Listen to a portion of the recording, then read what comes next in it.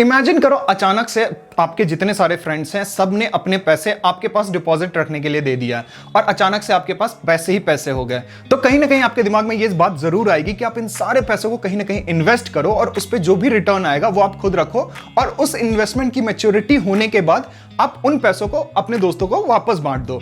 But अगर मैं कहूं आपने ऐसा इन्वेस्टमेंट कर दिया और अचानक से आपके सारे दोस्त एक साथ ही अपने पैसे मांगना शुरू कर दिए तो आपको प्रॉब्लम हो जाएगी, राइट? तो यही हुआ था सिलिकॉन वैली बैंक के साथ। बात है पेंडेमिक की, जब पेंडेमिक के बाद स्टार्टअप में बहुत अच्छा बूम आया था और वेंचर कैपिटलिस्ट जो भी स्टार्टअप में थे वो इन्वेस्ट करना शुरू कर दिए थे और जो भी स्टार्टअप थे वो सारे अपने पैसे जो डिपॉजिट कर रहे थे वो कर रहे थे सिलिकॉन वैली बैंक में। और इन बिटवीन 2020 से लेकर 2022 तक में डिपॉजिटरी जो सिलिकॉन वैली की पहुंच गई थी वो $90 बिलियन से लेकर $190 बिलियन तक पहुंच गई थी। अब इतने सारे पैसों का सिलिकॉन वैली को समझ में नहीं आ रहा था कि क्या करना है, क्योंकि डिपॉजिटरी बढ़ रही थी, डिपॉजिटरी ऑलमोस्ट 3 टाइम्स हो चुकी थी और जो लोन क्रेडिट था वो उनका इंक्रीज नहीं हो रहा था क्योंकि उस टाइम पे कोई लोन ले नहीं रहे थे। ठीक है, तो उन लोगों ने सोचा कि इन सारे पैसों को हम कहीं लॉन्ग टर्म में इन्वेस्ट कर देते, तो उन्होंने बॉन्ड्स में इन्वेस्ट करना शुरू किया। बट उनकी गलती ये थी कि उन्होंने सारे पैसे एक लॉन्ग टर्म बॉन्ड में इन्वेस्ट किया था। अब कट टू 2022, जब इन्फ्लेशन हाई होना शुरू हो गया और बैंक्स जो है वो अपनी इंटरेस्ट रेट इंक्रीज करने शुरू कर दी। अब इंटरेस्ट रेट इंक्रीज करने की वजह से जो उनके बॉन्ड्स थे, जो एग्जिस्टिंग बॉन्ड्स थे, उनकी वैल्यू डिक्रीज होना शुरू कर गई। अब इन्फ्लेशन की वजह से अब सिर्फ बॉन्ड्स इफेक्ट नहीं हो रही थी, इसका इफेक्ट स्टार्टअप इकोनॉमी पे भी हो रहा था। वेंचर कैपिटल स्टार्टअप्स में इन्वेस्ट करना बंद कर चुके थे और जो भी इन्वेस्टमेंट उनकी स्टार्टअप में थी उनसे क्वेश्चंस करना शुरू कर दिए थे about their profitability, about their balance sheet और उनके जो जितने भी काम चल रहे थे उसके बारे में। अब स्टार्टअप कल्चर को, स्टार्टअप कंपनीज को अपनी कंपनी चलाने के लिए पैसे चाहिए होते थे, तो वही पैसे जिन लोगों ने डिपॉजिट कर रखे थे सिलिकॉन वैली बैंक्स में उससे विड्रॉ करना शुरू कर दिया। अब यहां से शुरू होता सिलिकॉन वैली के क्रैश की कहानी, जब स्टार्टअप्स ने अपने अपने सारे पैसे निकालना शुरू कर दिए और सिलिकॉन वैली बैंक ने अपने सारे पैसे लॉन्ग टर्म बॉन्ड्स में इन्वेस्ट कर रखा था जो कि ऑलरेडी इंटरेस्ट रेट की वजह से लो पे चल रहा था और उनको अपने सारे पैसे एक लॉस पे बुक करना पड़ा और जो भी विड्रॉल थे उनको टाइम पर पूरा ना कर पाने की वजह से मार्केट में एक खबर फैल गई कि सिलिकॉन वैली बैंक के पास पैसे नहीं है और लॉस उन्होंने बुक किया है। और इसी पैनिक की वजह से सारे स्टार्टअप्स ने अपने अपने पैसे निकालने अचानक से विड्रॉ करना शुरू कर दिया, जो कि सिलिकॉन वैली बैंक के पास थे नहीं एक्चुअली, और इसी वजह से सिलिकॉन वैली बैंक की जो ये कंडीशन हो गई थी। तो ये कहानी थी सिलिकॉन वैली बैंक की, उनकी बैड इन्वेस्टमेंट डिसीजंस की वजह से आज उन्हें ये दिन देखना पड़ रहा है। बट इसका इंपैक्ट डायरेक्टली या इनडायरेक्टली इंडिया पर उतना नहीं पड़ेगा। कुछ कंपनीज हैं, जो कुछ स्टार्टअप्स हैं जो सिलिकॉन वैली बैंक के साथ डायरेक्टली इनडायरेक्टली कनेक्टेड थी, बट पेटीएम ने भी सामने आकर ये कहा है कि उनकी जो इन्वेस्टमेंट्स थी वो पहले विड्रॉल हो चुकी थी और ज़्यादा फर्क नहीं पड़ेगा क्योंकि सिलिकॉन वैली बैंक से ज़्यादा कनेक्शन नहीं है इंडिया का। बट हाँ, क्रेडिट इश्यूज के साथ जो हो रहा है या जो हुआ है उसका इम्पैक्ट हमें ज़रूर देखने को मिल सकता है। और क्रेडिट इश्यूज की जो कहानी है वो बिल्कुल डिफरेंट है। उन्होंने कुछ बैड डिसीजंस नहीं लिए थे, इन्वेस्टमेंट डिसीजंस, बट उनकी कहानी ही पूरी बैड हो रखी थी। क्रेडिट इश्यूज 1856 स्टैब्लिश्ड, स्विट्जरलैंड की सेकेंड लार्जेस्ट और वर्ल्ड की 8th लार्जेस्ट इन्वेस्टमेंट बैंक। इसकी जो डाउनफॉल है वो एक्चुअली में बैंकिंग क्राइसिस की वजह से नहीं हुआ है। इसकी जो डाउनफॉल है वो बैंकिंग क्राइसिस अगर नहीं भी होती तो भी तय था। इसकी जो कहानी है वो एक्चुअली 2021 से स्टार्ट होती है, जहां पर आर्किकोस जैसे कंपनीज एंड ग्रीनसिल जैसी कंपनीज के साथ इनकी जो हैवी लॉस हुई थी वहीं से इनकी डाउनफॉल की स्टार्ट हो चुकी थी। ग्रीनसिल रेबेकल सप्लाई चेन फाइनेंस की एक one of the largest non bank provider थी। मार्च 2021 में ग्रीनसिल कैपिटल्स में क्रेडिट इश्यूज के क्लाइंट्स ने ऑलमोस्ट $3 बिलियन वर्थ का इन्वेस्टमेंट लूज किया था। अप्रैल 2021 में क्रेडिट इश्यूज ने $4.7 बिलियन का हिट लिया था इन आर्किगोस कैपिटल। आर्किगोस कैपिटल उस समय हाई रिस्क की स्टॉक्स में इन्वेस्टमेंट्स की थी जिसके कारण ये लॉस हुआ था। And in Feb 2022 credit issues के ऊपर बुल्गारियन कोकीन ट्रैफिकिंग के ऊपर मनी लॉन्ड्रिंग का केस लगा था, जिसपे स्विस फेडरल कोर्ट ने गिल्टी पाया उसे और $22 मिलियन की पेनल्टी लगाई थी इस पे।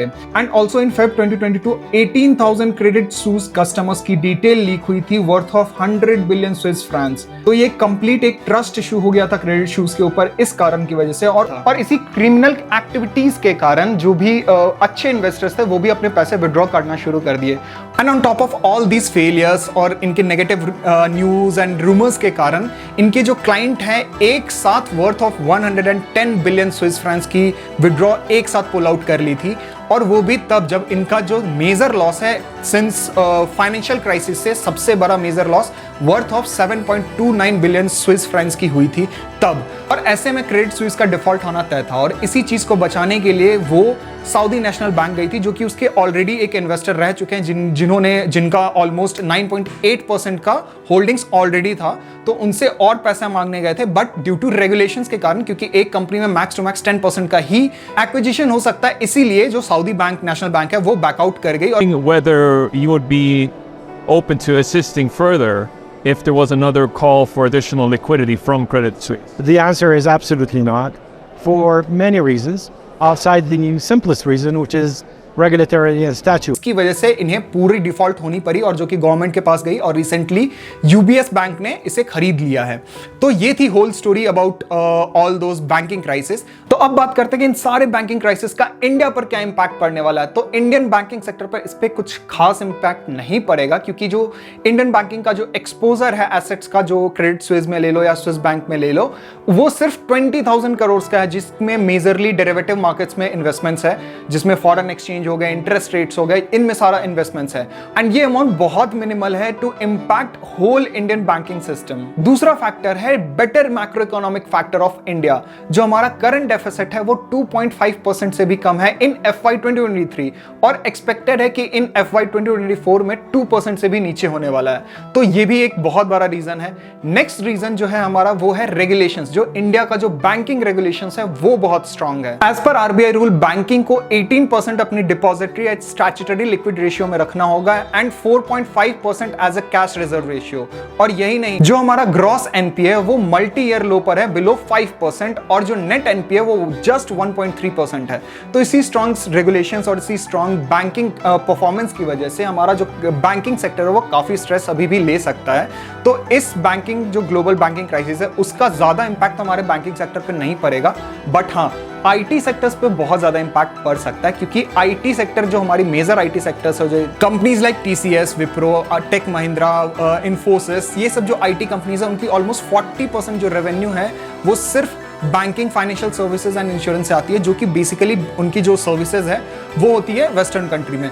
तो इस बैंकिंग क्राइसिस से इनकी जो रेवेन्यू पर जो असर है वो जरूर पड़ सकता है। जो इनकी जो सर्विसेज हैं मे बी वो कम हो जाए, जो इनकी वर्किंग जो सर्विसेज अभी जो चल रही है वो बहुत कम हो जाए। तो इसका इंपैक्ट इन आईटी कंपनीज पर जरूर पड़ेगा। तो ऐसे में हमें आईटी कंपनी से थोड़ा सा दूरी बना के रखना है। बट और भी मेजर इंपैक्ट्स आपको आ सकता है, वो है आपकी जॉब कट्स में। तो जैसे यूबीएस बैंक ने क्रेडिट स्विस को एक्वायर किया, उनकी एक ऑफिस इंडिया में भी है जिनमें बहुत सारे एम्प्लॉइज काम करते हैं, तो वहां पर आपको जॉब कट्स देखने को मिल सकता है। इवन आईटी कंपनीज में भी देखने को मिल सकता है। तो अभी जो कंडीशन है उस पर ज्यादा इंपैक्ट तो हमारे इंडियन इकोनॉमिक्स पे नहीं पड़ेगा। हाँ, शॉर्ट टर्म में आपको कुछ थोड़े बहुत वॉलेटाइल मार्केट जरूर देख सकते हैं, जो कि हमें देखने को मिला और अभी भी मार्केट थोड़ा सा रिकवर भी कर चुका है। तो ज्यादा इंपैक्ट घबराने की जरूरत नहीं है। हाँ, आईटी कंपनी से आप थोड़ा सा दूरी बना के रख सकते हो ऐसे में। तो ये थी पूरी story about the whole global banking crisis जो करंटली चल रहा है और इसका इंपैक्ट इंडिया पर क्या पड़ेगा। तो आई होप आपको ये वीडियो अच्छा लगा होगा। अगर आपको ये वीडियो अच्छा लगा तो hit the like button and subscribe to this channel. ये नंबर अगर इंक्रीज होता है तो मुझे मोटिवेशन मिलता है to make more and more videos for you guys. तो till then thank you and happy investing.